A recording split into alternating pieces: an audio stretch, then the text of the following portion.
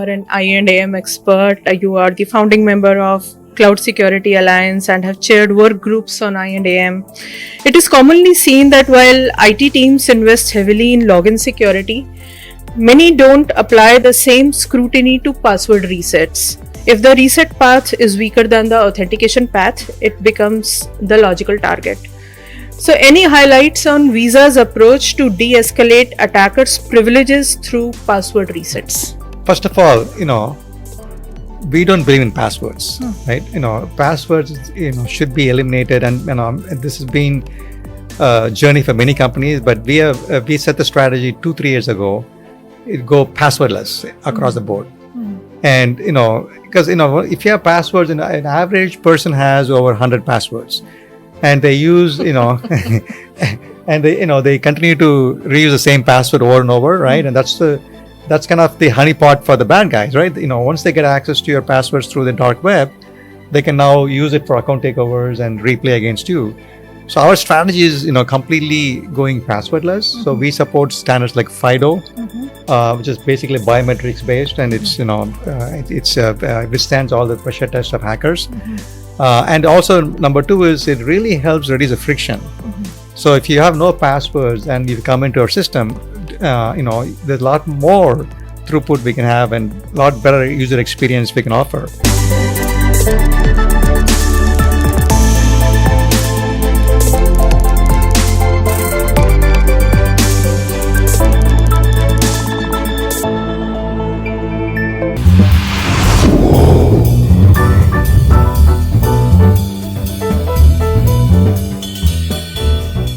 Cybercrime in 2026 is more sophisticated and destructive than ever before. During an Interpol-led operation for international law enforcement action, codenamed Operation Synergia 3, which took place between July 2025 and January 2026, authorities from 72 countries sinkholed tens of thousands of IP addresses related to cybercrime, seized 212 electronic devices and servers, and made 94 arrests, with another 110 suspects still under investigation. Similarly, Operation Red Card 2.0 had reportedly $45 million in losses that included origination from mobile money scams. Subra Kumaraswamy is right here with us. He's an executive at Visa. All the leading financial institutions are engaged with Visa heavily, not just in US but globally.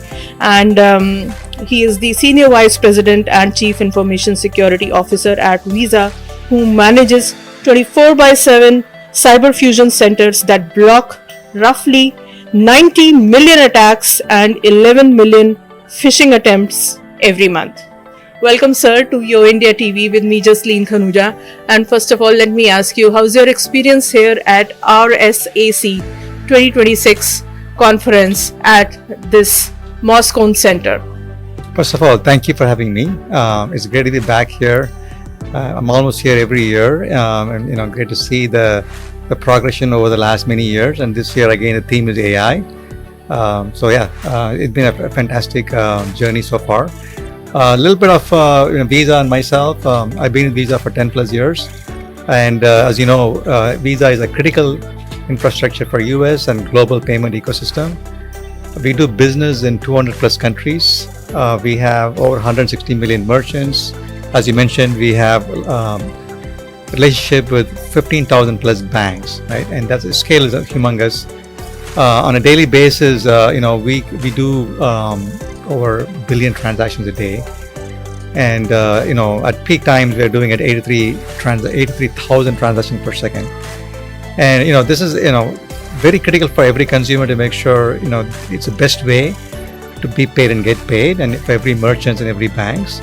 So our mission remains to ensure we continue to uplift everyone everywhere. So my job is to make sure that we continue to provide the trust that the consumers, the billions of consumers have on Visa, and how we can now, with the AI coming into the ecosystem, how we can even more, improve the experience for consumers and have a very strong commerce behind it. Beautiful.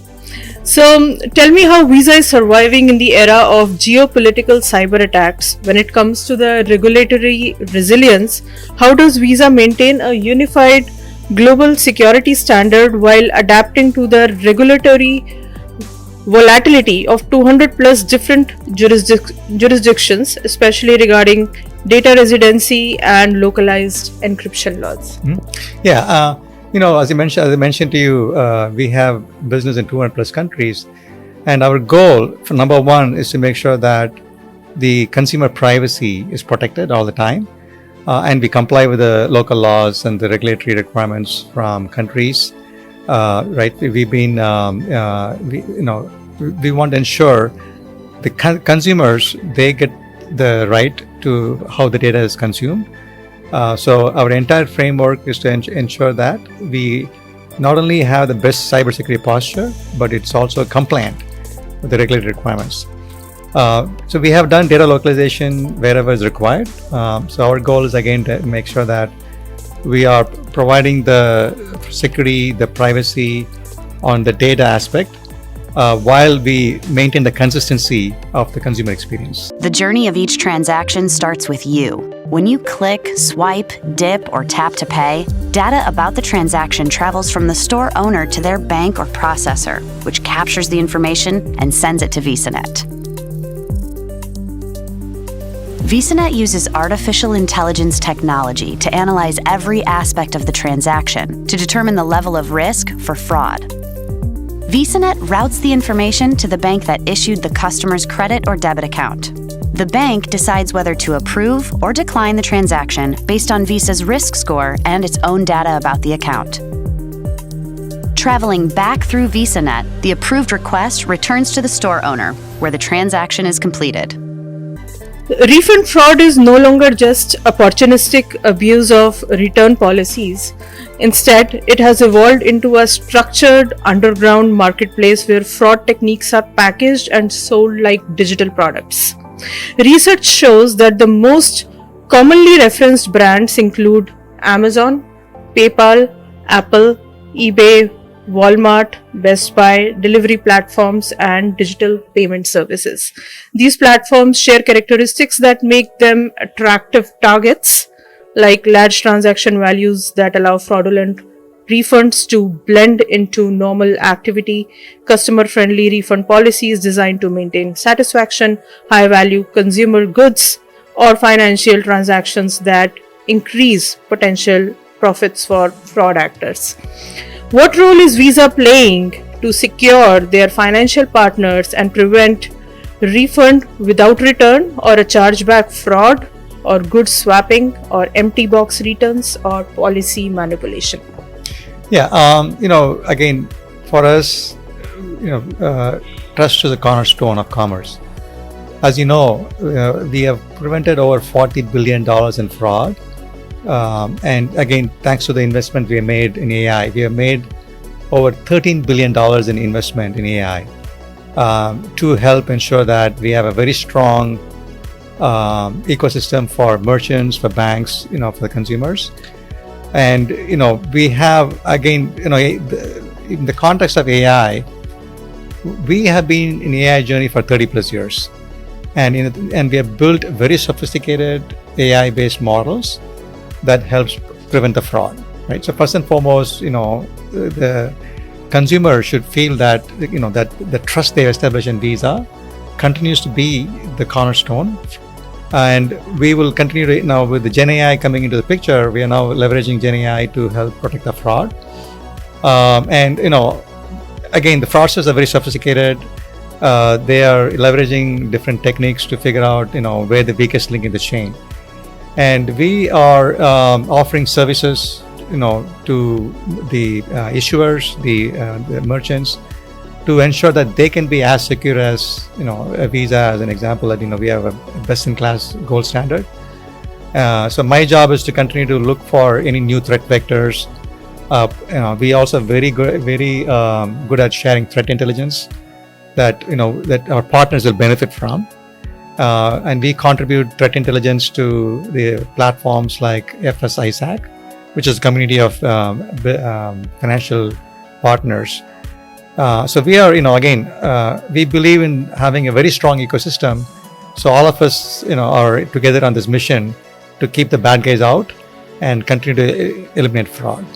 But again, like I said, right, if we look at opportunity, every one of these as opportunities to provide the necessary tools and services so that the partners and our suppliers can be as strong as Visa.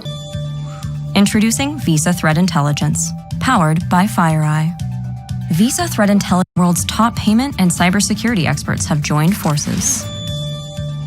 Introducing Visa Threat Intelligence, powered by FireEye.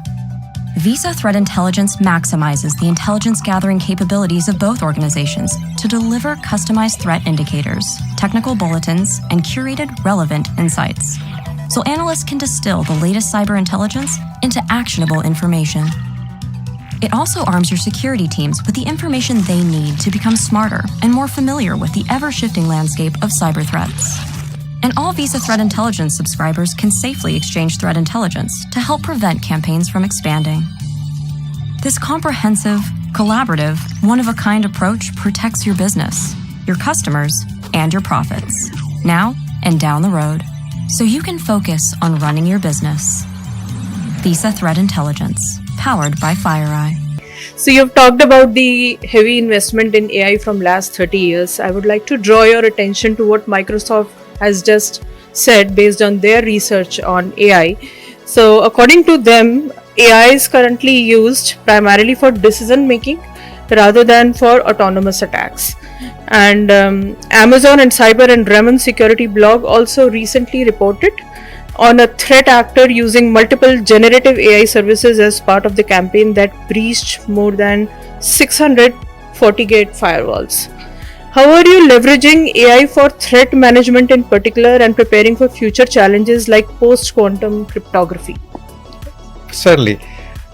Again, in this, AI is democratizing the barriers, right? So basically at this point, both the good guys and bad guys are able to get access to AI, and the barrier to enter has lowered significantly because of, any bad guy can get a subscription for $20 a month.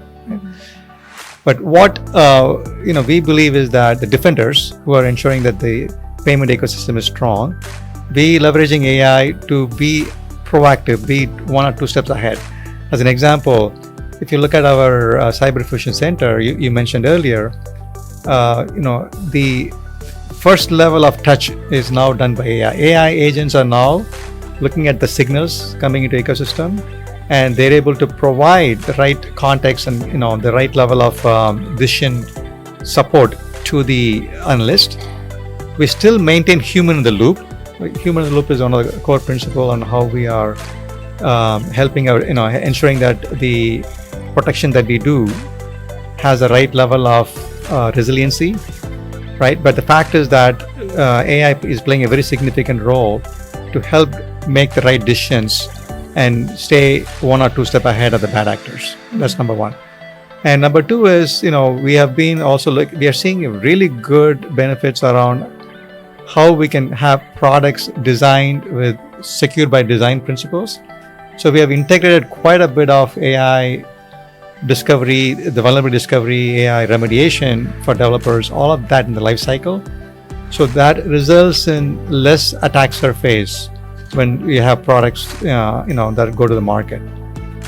So again, prevention is the best medicine, right? So, we continue to focus on how we can reduce attack surface, but also, we believe in the belt and suspended architecture where, if you can prevent it, you need to quickly detect and mitigate.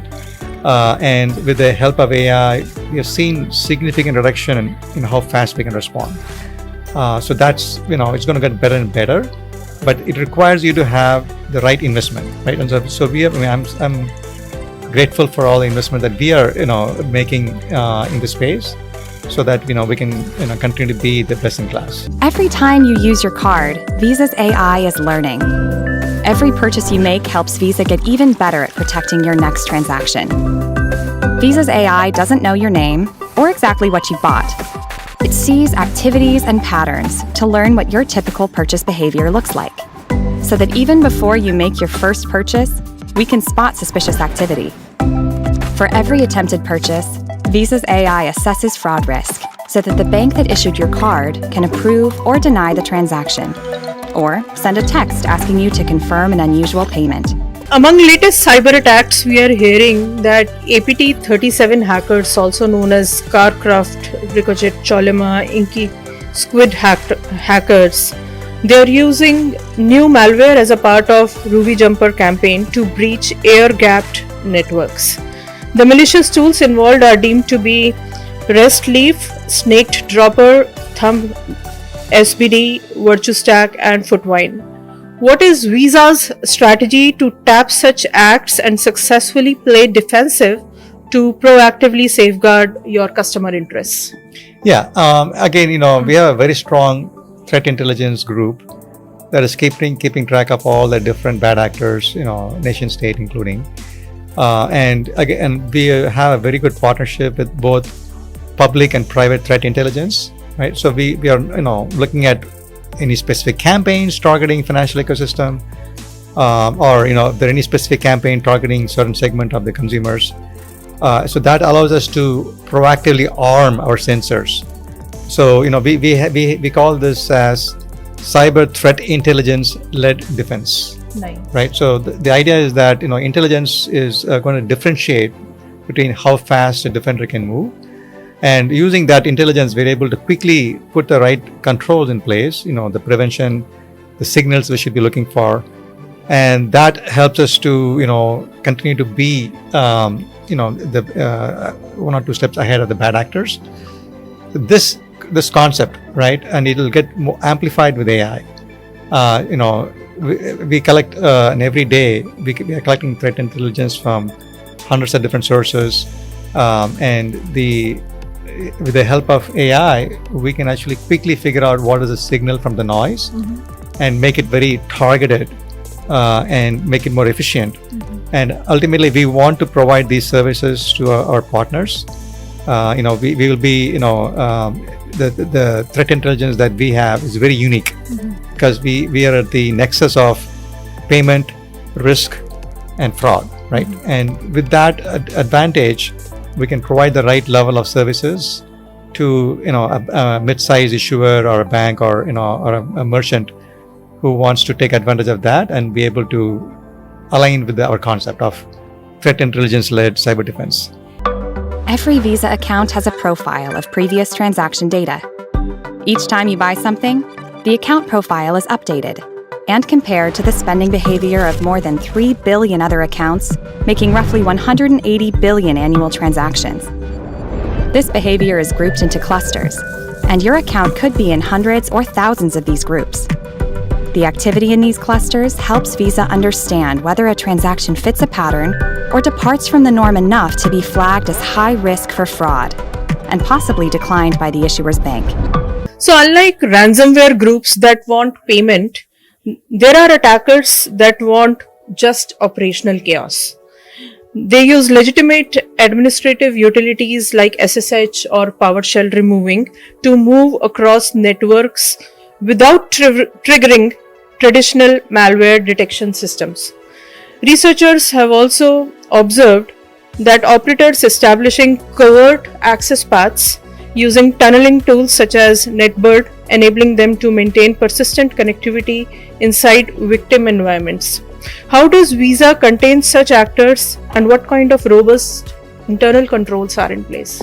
Yeah, Visa, we built the entire infrastructure on what we call a zero trust. Never trust, always verify, right? So that's been our mantra for many, many years. So everything that we do, right, we will have to ensure if we can prevent it, we can detect, mitigate, isolate, and respond very quickly, right? That's how the name of the game is to, have a very strong architecture, and then you have controls that are continuously, evolving and continuously adapting to the new threats. And one of the things we are doing is, apart from looking at this as a particular signature, because signatures are, more like a known knowns, right? And you can only be reactive to those type of requirements.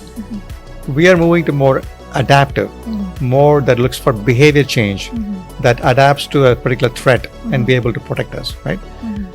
So with that in mind, a lot of our tools are, using AI, both predictive as well as, with Gen AI, and be able to say, look, this looks like a bad behavior and I need to go, block it or do investigation. And I'm again, in RSA, as we see many vendors selling different solutions, the question is, are these tools adapting to new threats? Yeah. Right. And, so we continue to challenge that, any of vendors selling a solutions, are they able to, look at this as a platform versus selling a point solution, right? And within Visa, we have engineered over 13 different cyber defense using this concept, right, of ensuring it's zero trust and be able to adapt to threats. And that's an area that I'm really excited about, because we think that we can provide those solutions to our customers and partners. And be resilient, both on your side and on your partner's side. Yes. And our resiliency is one of the best in class. We have 6 nines availability, 99.9999. Wow. Right. And and the 6 nines means you have to have very, very highly resilient architecture. You just didn't say it is 100%. Yeah. So for when I look at most of the service providers, they can only guarantee 4 nines, right? So 6 nines in a payment ecosystem is required to maintain that hyper resilient, hyper scaling platform, right? And of course, cybersecurity has to be integral to ensure that there's no disruptions. Because every battle we fight is to not only protect consumers from fraud, but also make sure our service is available all the time. In the age of cybercrime, you may not be the only one trying to track your money. Across the world, hackers are always innovating and using advanced tools to exploit and compromise consumer data such as account numbers and security codes. But Visa's security and AI capabilities help protect you. Visa's network is the most trusted network in the world. More than 204 billion transactions fuel it with information, keeping payments that flow through it safe and secure. How?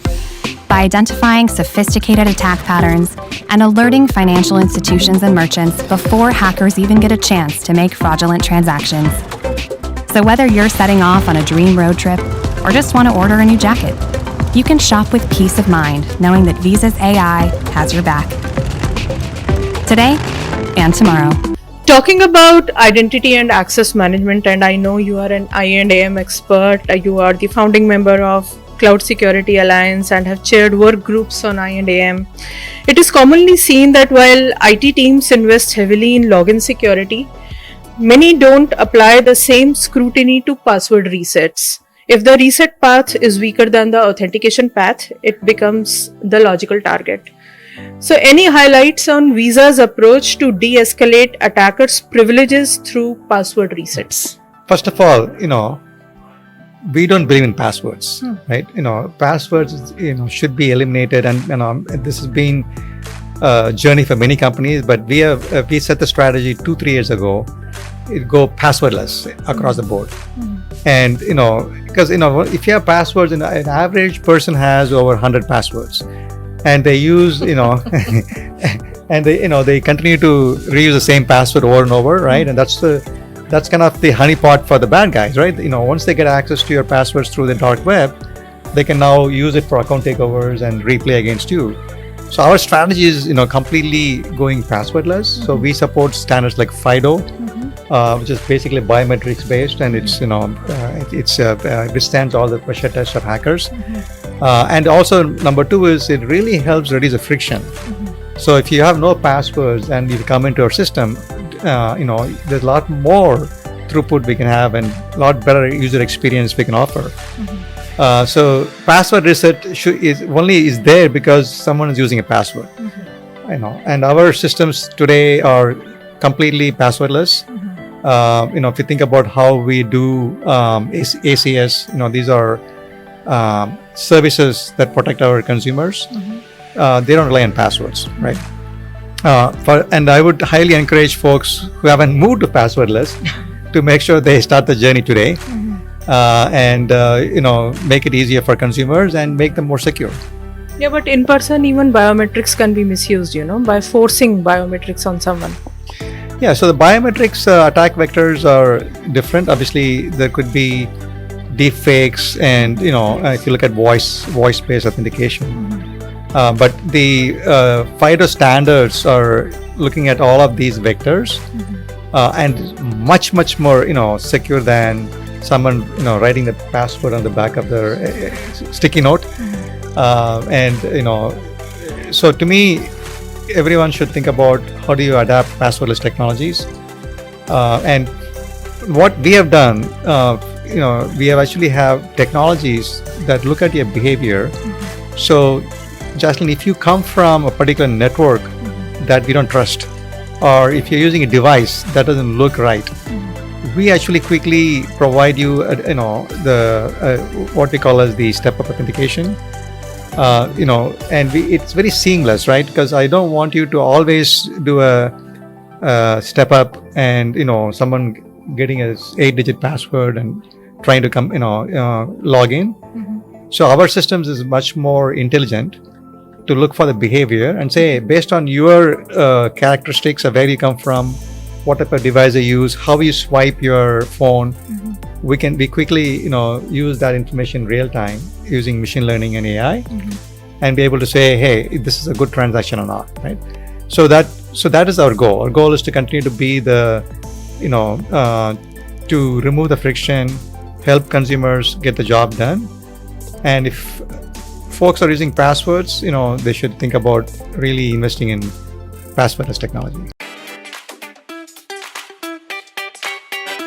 I'm sure you've seen videos online where, twins are using the new iPhone and able to use each other's iPhones or authenticate to each other's iPhones. While facial recognition is great and works very well for most of the scenarios, differentiating between twins is, remains to be a challenge. Number 2,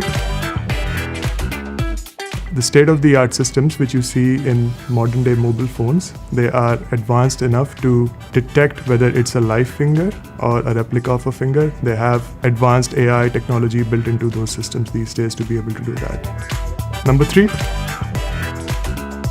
so if I have a sore throat, what that essentially changes is the heaviness it introduces in my voice. However, voice recognition systems will use other cues to identify you or to recognize you. So it could be the way I say certain things in a particular way, the pause I take between words. So it may reduce the confidence of identifying or recognizing you. It is still possible to recognize you if you have a sore throat. Number 4, it is theoretically possible to actually print custom texture and wear it in the eye. However, we have, these systems again are intelligent enough to be able to, detect the subtle differences which the texture introduces in the eye and prevent people from actually attacking the system that way. Here's number 5. A lot of our efforts in the applied authentication lab at Visa are focused on building anti-spoofing systems or liveness detection systems. How can you build a system which can differentiate between the live speakers speaking the sentence or another device is being used to record something and replay in front of the system to authenticate, whether it's a 2D printed photo of a face or a 3D mask which is presented to a face recognition system, or it's the real person.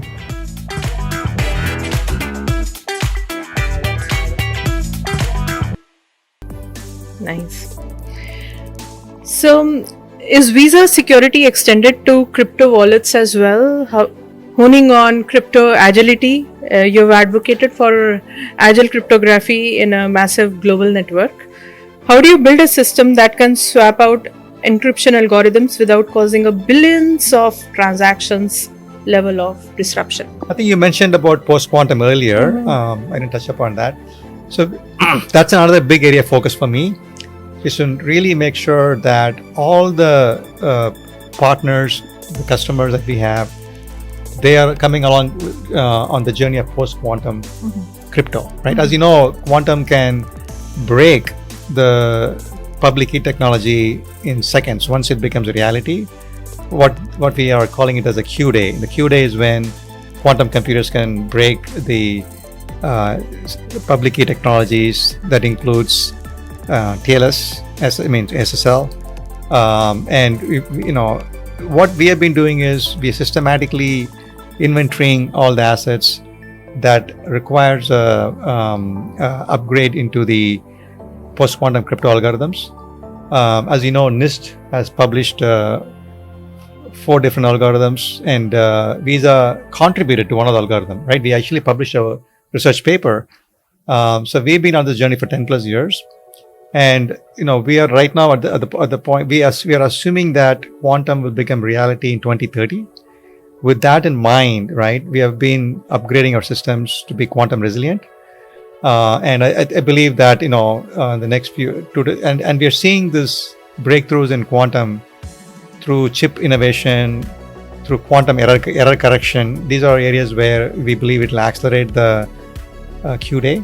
And, the agile cryptography idea is to understand how to, first of all, to know your assets that may be vulnerable to quantum attacks.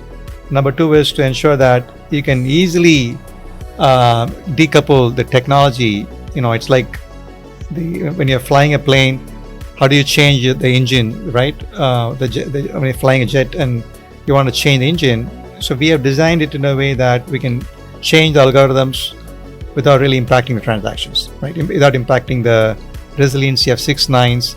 So that's our, we will continue to see this type of, quantum resistant algorithms come into market, and we will be, ensuring that those are all built into our product. And, again, this is going to be like AI. It's another exciting focus area for us. Visa Protect, powered by Visa's AI. Whether it's Visa Consumer Authentication Services, Visa Provisioning Intelligence, Visa Advanced Authorization, or Visa Protect for account-to-account payments, this multi-layer defense against fraud helps secure billions of seamless payment experiences to keep business moving and customers returning. Customers like Alex. How does Visa handle situations where payment is not legitimate? I'll give you an example here. Phobos is a long-running ransomware as a service, RAAS, operation linked to Chris's ransomware family. Phobos has been widely distributed through many affiliates, accounting for roughly 11% of all submissions to the ID ransomware service between May 2024 and November 2024. The US Department of Justice says the ransomware gang has collected ransom payments worth more than 39 million from over 1,000 public and private entities worldwide. So this is one example where the payment was not legitimate. Is Visa able to tap this situation? Yeah, we have been agnostic to, if you look at how we have been supporting different currencies and, including fiat, we've been agnostic to the platform of, the payment, right? We will, for example, we embraced stablecoin. It's a quarter strategy. And we also offer ecosystem protection services through our payment fraud protection program. And that, looks at things like ransomware as a service, right? What are the bad guys doing in the dark web? And, we have services that today our customers are using to protect themselves from these type of issues. And like I said, right, the key to it is how do we leverage threat intelligence and be able to stay ahead. And number 2 is, having a very strong friction-free ecosystem, friction-free architecture that will help you to identify a behavior from a good versus bad, and be able to quickly respond to those. And lastly, right, as we think about the AI and how that can empower the detection signals, right, we are leveraging quite a bit of that. So again, there will be many, we have seen over the many years different threat actors using different TTP, right? That how they, our game is to look for, these type of new signals and continue to be, stay ahead of the game. Connecting to blockchain-based networks, Visa can provide a bridge to help make it possible to support clients in currencies that may be relevant to customers, so your money can be more accessible, unlocking a world of opportunities and new ways to help use digital currency. If you're a crypto-native platform, Visa is working to enable settlement in US dollar-backed stablecoins so you can operate on your terms. If you're a fintech, financial institution, or marketplace, Visa Consulting and Analytics can help you evaluate crypto opportunities, develop strategies, and pilot new user experiences. Central banks and financial institutions can work with our team to explore central bank digital currencies or build potential digital payments use cases with Visa's CBDC payments module. For the digital creators and entrepreneurs, Visa is exploring ways to help support and accelerating your business through NFTs. Crypto platforms can join Visa Crypto Fast Track to be able to launch a Visa card program, helping to unlock new utility for their customers. Or if you're a consumer looking for an easy way to spend your crypto, credit, debit, and prepaid cards issued by crypto firms with the Visa logo can be used anywhere Visa is accepted at over 100 million merchants locations worldwide. So however you like to manage your money, if you want to spend it or send it, Visa can help. Who do you think is your biggest competitor? Is it MasterCard? We have, we are a network of networks, end of the day, right? Yes. And there could be, there are other network that are offering services. We don't look at, from that lens, right? It's really my job is to make sure we have the best-in-class cyber, right? And, our cyber has been ranked as a number one in the, entire financial vertical. We have scored 4.9 out of 5 by Gartner.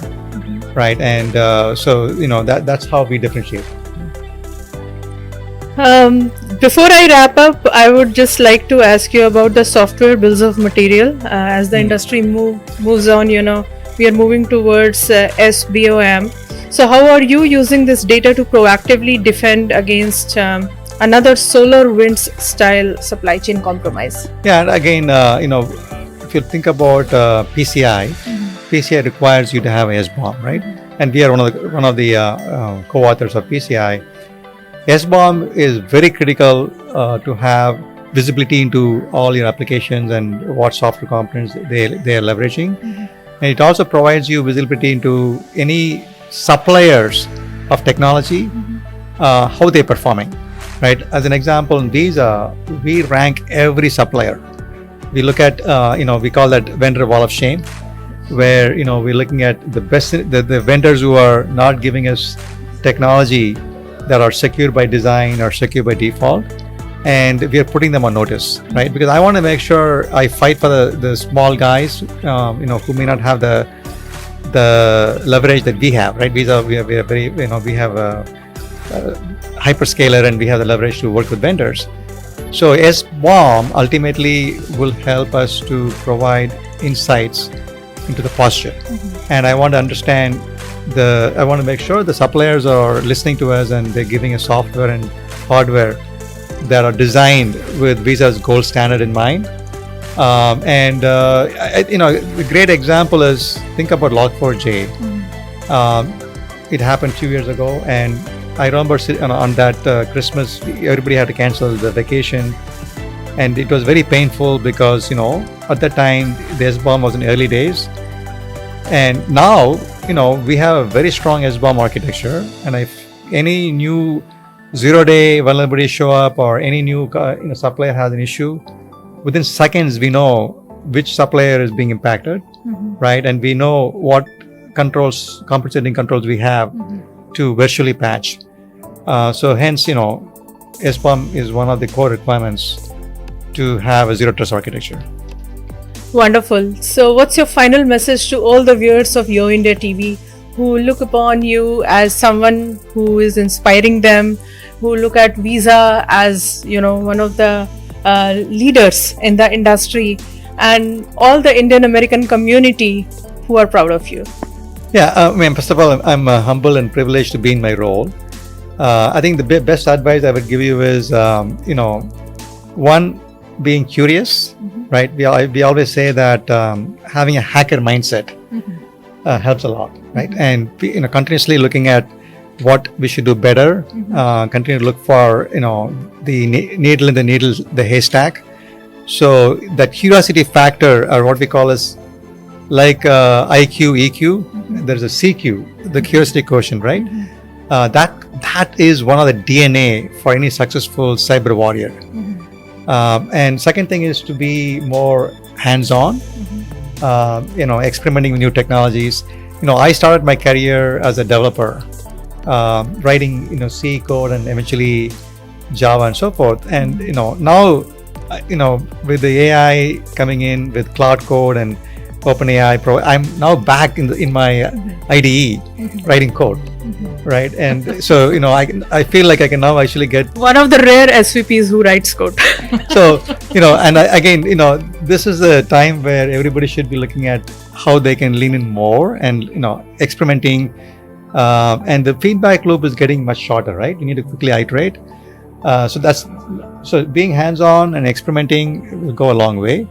And the third one is more about having a diverse roles, right? Like I was fortunate in my career to be a developer, to be a data center architect, to be a entrepreneur at some point in my past life. And having a very diverse exposure will give you a well-rounded point of view of what does it mean to manage risk, right? It's no longer about blocking and tackling as a CISO, right? I mean, I have a very strong bench. I'm proud of the fact my team is fighting the battle every day. But for me to understand what is the signal and what is the noise, that diverse experience provides the wisdom to think about, hey, that is something that I need to go figure out. High priority. This is something I can wait. So having being in different roles can get you to the CISO role, right? So, and sometimes you may have to take a lateral move, and even it's not a straight line, geometric progression. Sometimes a step function, right? So sometimes you have to take a lateral move to get the experience, and then you can say, look, now I've done coding, I've done product management, I've been in operations. That gives me the end-to-end view of then I can think about what does it mean to enable the business. And what does it mean to manage a risk? So you can basically profile the alerts, get the security of them and prioritize them, and you can maybe judge that from a distance as well. Or you don't have to deep dive into everything, but you can still figure it out. That's the expertise this guy has, and really it was a very insightful conversation. Thank you so much, Subra, for your time in speaking with YoIndiaTV, and all the very best for your future. Thank you, and thanks to YoIndia for giving me the opportunity and be able to go, to share my personal journey as well as the professional side of the things I'm doing. Thank you so much.